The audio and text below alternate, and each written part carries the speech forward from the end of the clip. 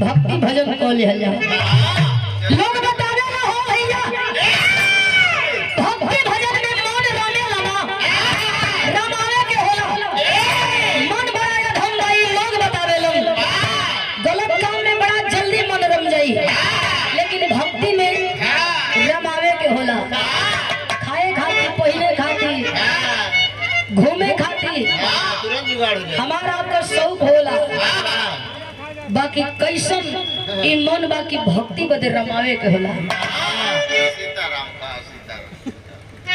ई बिटिया ओही माई से विनती करत बा जे गईल उतरी गईल जे गईल अमर हो गई जे गईल ओकर इतिहास बनल कैसे भैया कैसे हो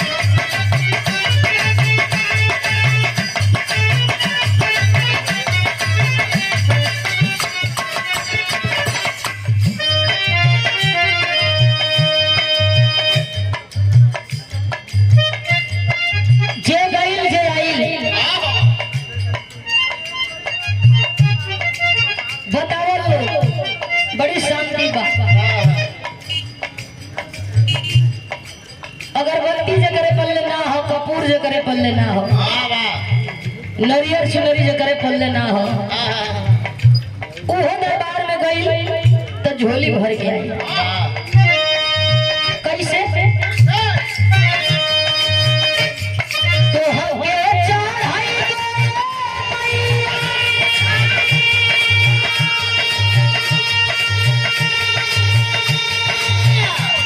तो हो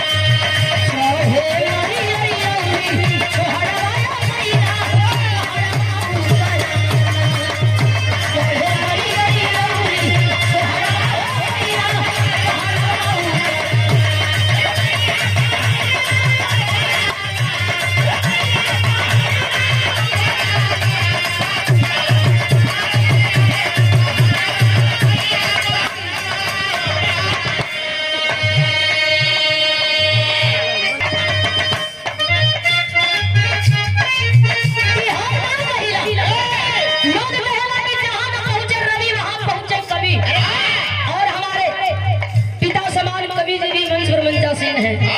कवि के बिना कलाकार अधूरा होता है। सुशील कवि जी भी सामने हैं। जे लंगड़ात गइल हो सोच होके जेके ना लौकत रहल उहो देखत आइल, ताकत आइल, झांकत आइल।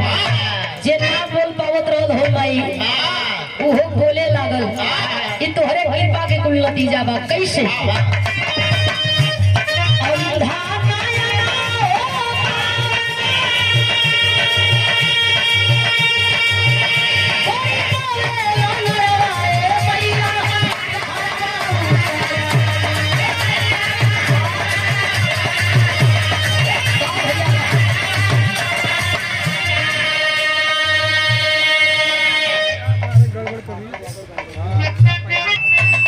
कलाकार के कलाकार ही समझ पावत।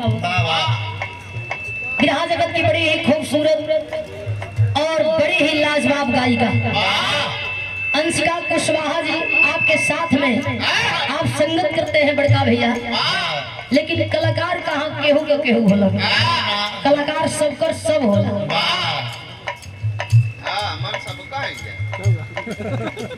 भैया हो खाली ये 50 को बढ़ जाए ना मीनाक्षी ना लगती है। बुझा गई।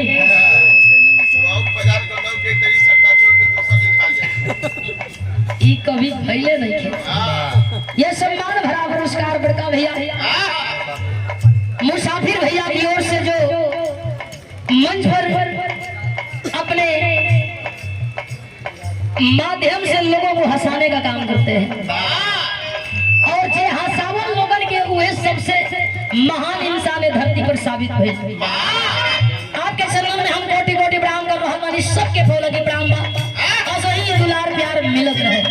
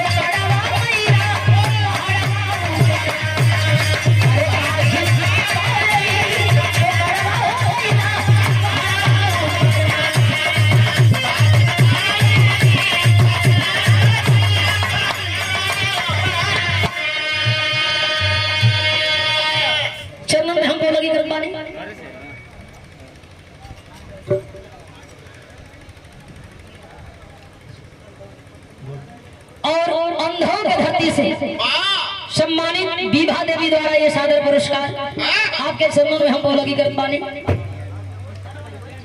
नहीं हो सही है तो नहीं हुड़का था।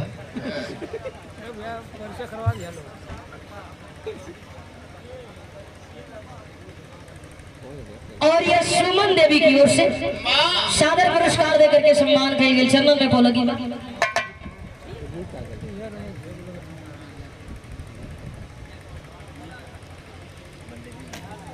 टैचियो ले ला। टीवी है भैया ले बात हो गई टीवी हो जाएगी।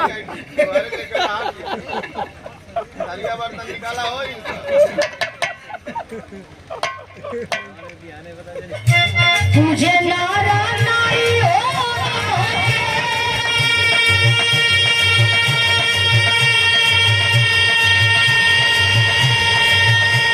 तुझे नारा नारी हो तुझे लाई जलाए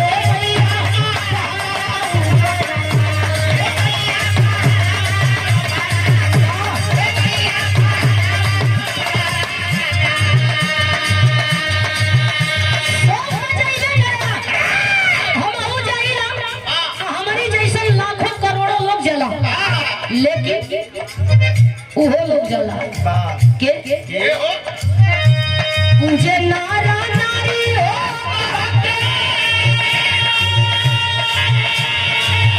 पूजे माई जड़वा मैया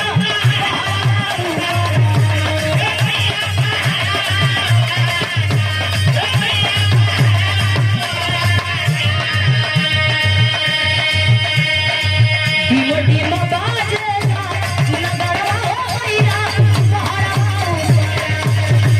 डीमो डीमो बाजेला नगरवा हो मैया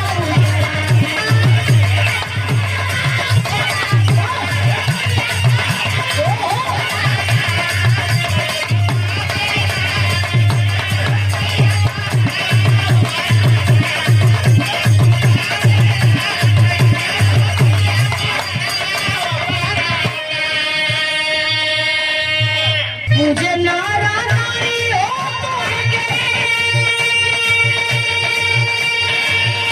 मुझे माई जड़वा हो मैया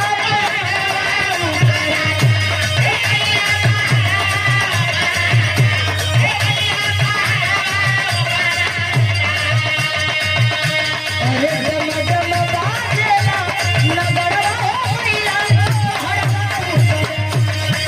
डम डम बाजेला नगरवा हो मैया पहाड़वा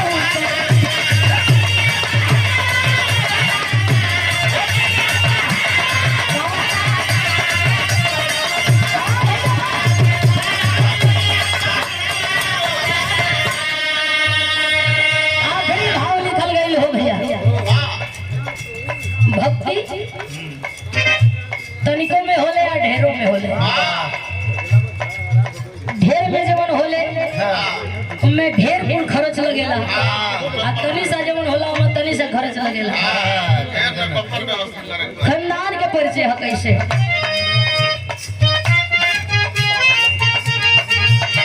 बेचन गुरु गायक हो गुरु गणेश गायक हो धोके तुम्हारे गोड़वा हो मैया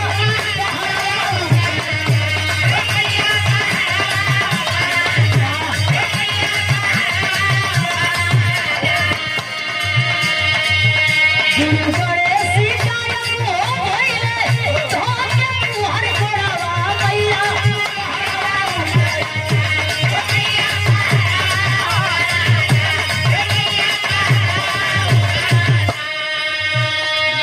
मीनाक्षी